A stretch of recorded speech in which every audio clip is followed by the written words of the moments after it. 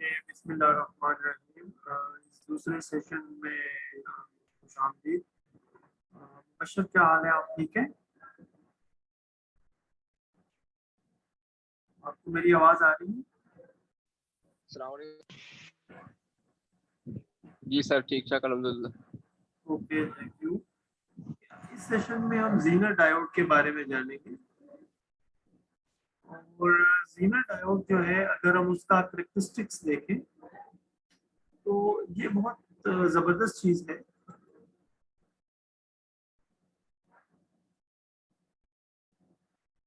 अगर आप देखें तो इसका ये वाला पार्ट जो है, ये वैसा ही है जैसे नॉर्मल डायोड है, लेकिन जब हम इसको रिवर्स बाइस करते हैं तो रिवर्स बाइस में ये एक बिहेवियर एग्जिबिट करते हैं कि जिसमें हम इस डायोड को, जो कि रिवर्स बाइस में है, देखिए प्लस और माइनस साइन से हमें पता चलेगा कि ये रिवर्स बाइस में है, इसको एक कांस्टेंट वोल्टेज सोर्स से रिप्लेस कर सकते हैं।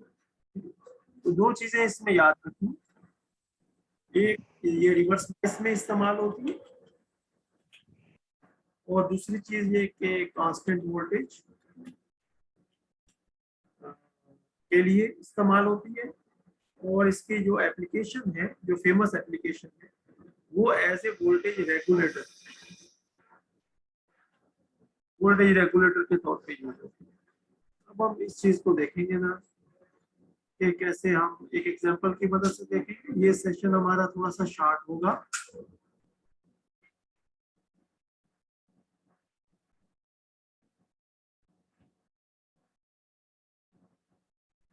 ओके, इस सर्किट को हम थोड़ा सा देखना चाहेंगे और इसकी आउटपुट ड्रा करना चाहेंगे।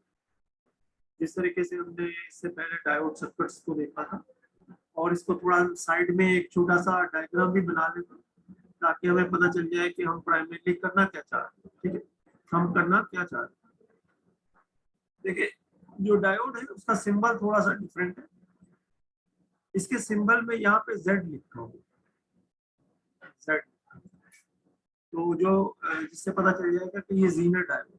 ठीक है, इसका पी टाइप और ये एन टाइप है। तो इसमें जब हम रिवर्स बाइस की बात करेंगे तो इसमें पोलैरिटी हमें इस तरीके से देनी होगी, माइनस प्लस। अब ये रिवर्स बाइस हो गया। ठीक है, reverse bias.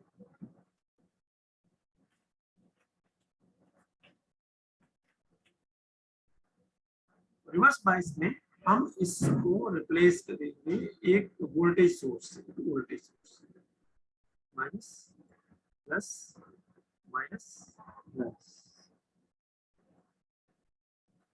Minus plus,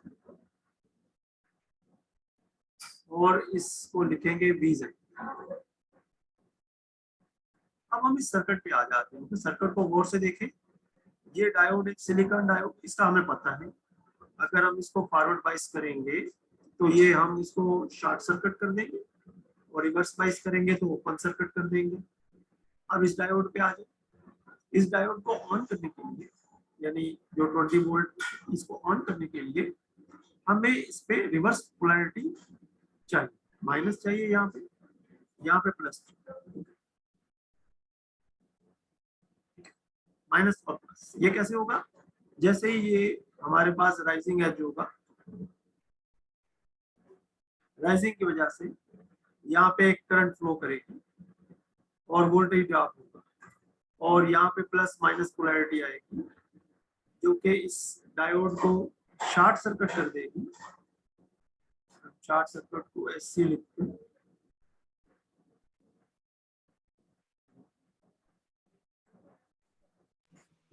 sir तो अब यहाँ से हम चलेंगे ऊपर की तरफ, यहाँ तक कि हम 20 वोल्ट तक पहुंचे।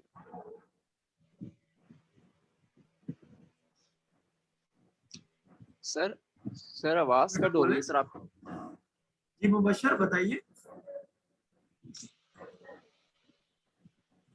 सर आवाज आवाज कट हो रही है सर, आपकी आवाज नहीं आ रही। आवाज थोड़ी सी कट रही होगी इंटरनेट की वजह से।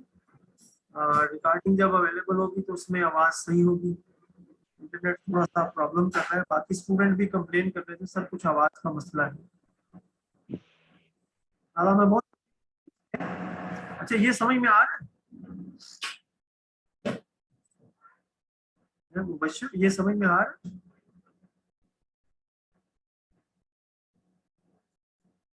ये सर्किट समझ में आ रहा है?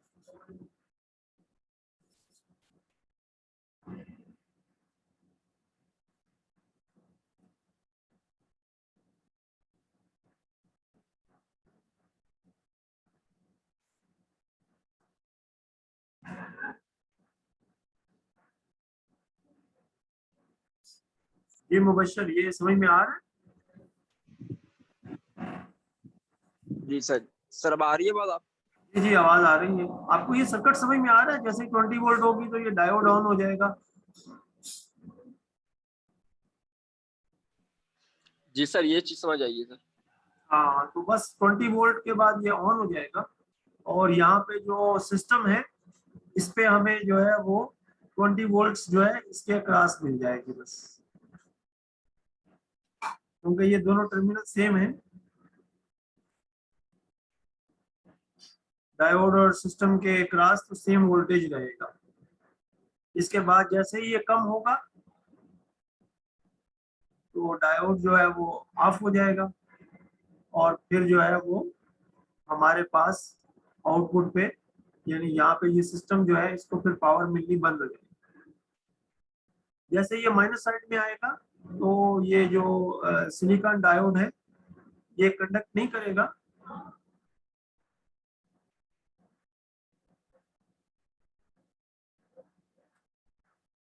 जब ये माइनस साइड में आएगा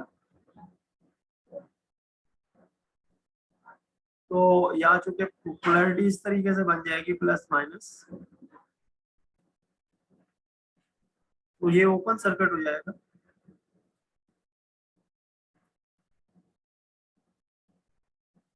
जिसकी वजह से ये जो है वो सर्किट जो है कंप्लीट नहीं होगा, तो आउटपुट पे कुछ नहीं मिलेगा हमें, यानी ये लाइन इसी तरह चली जाएगी आगे, और इसके बाद दोबारा से फिर ये रिपीट होगी। अब हम देख लेते हैं कि इसको कैसे किया है इसमें। आउटपुट इसके कैसे ड्रॉ किया है।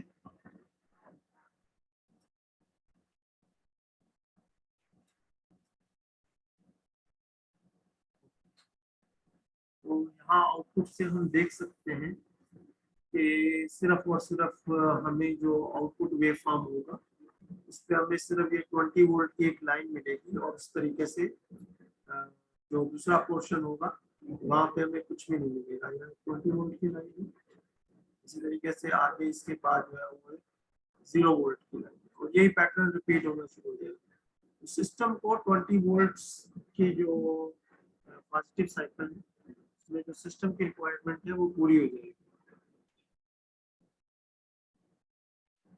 अब हम एक और एग्जांपल देखेंगे और फिर ये हमारा सेशन कंप्लीट हो जाएगा। अब हम सिर्फ एक और एग्जांपल देखेंगे, और वो एग्जांपल ये, इस एग्जांपल में अगर आप देखें तो हम सबसे पहले ये चेक करें कि ये इस डायोड को पहले हटा दें थोड़ी देर के लिए। डायोड को हटा देंगे तो अब हमारे पास सिर्फ इस सर्किट में दो रेजिस्टेंस बाकी रह गए हैं। तो हम यहाँ पे वोल्टेज मालूम करेंगे कि ये वोल्टेज क्या है। यहाँ पे वोल्टेज मालूम करेंगे कि इस पॉइंट पे क्या वोल्टेज है। वोल्टेज डिवाइडर रूल से, क्योंकि ये वोल्टेज इस आर एल के अक्रॉस डेवलप होगा, तो आर एल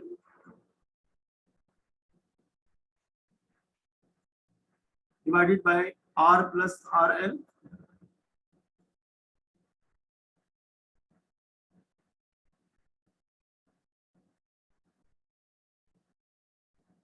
और multiplied with V input. Okay, इसके लिए हमें कैलकुलेटर की जरूरत पड़ेगी।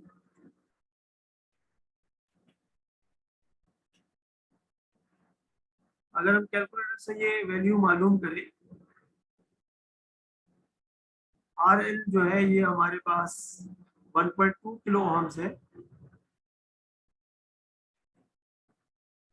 1.2 मल्टीप्लाइड विद V1 जो कि 16 वोल्ट्स है।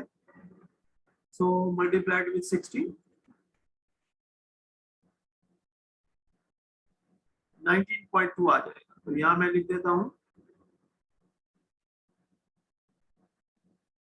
19.2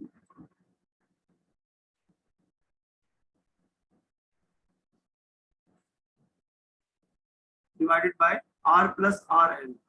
So 1K plus 1.2K, तो ये हो जाएगा हमारे पास 2.2K।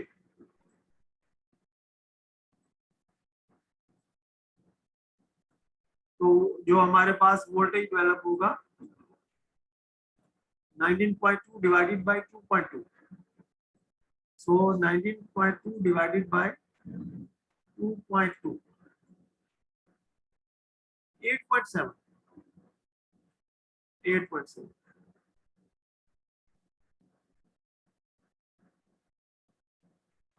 अब अगर आप देखें कि ये 8.7 वोल्ट्स जो है ये 10 वोल्ट से कम है, तो ये डायोड को ऑन नहीं कर सकेगा।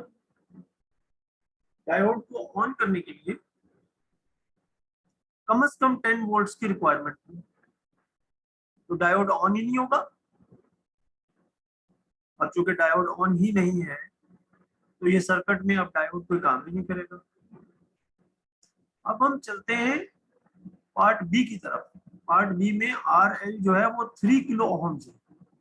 इसका मतलब ये हुआ कि अब जो है यहाँ पे जो वैल्यू नई आई है वो 3 है, 3 किलो ओहम्स। अब ये सारी कैलकुलेशन दोबारा करेंगे बाय यूजिंग 3 किलो ओहम्स। तो V is equal to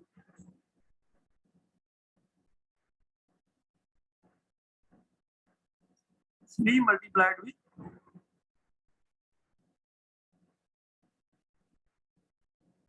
16 divided by 3 plus 1 4। तो इसको तो आसानी से कर सकते हैं। 4 1 द 4, 4 4 द 16 एंड 4 3 द 12।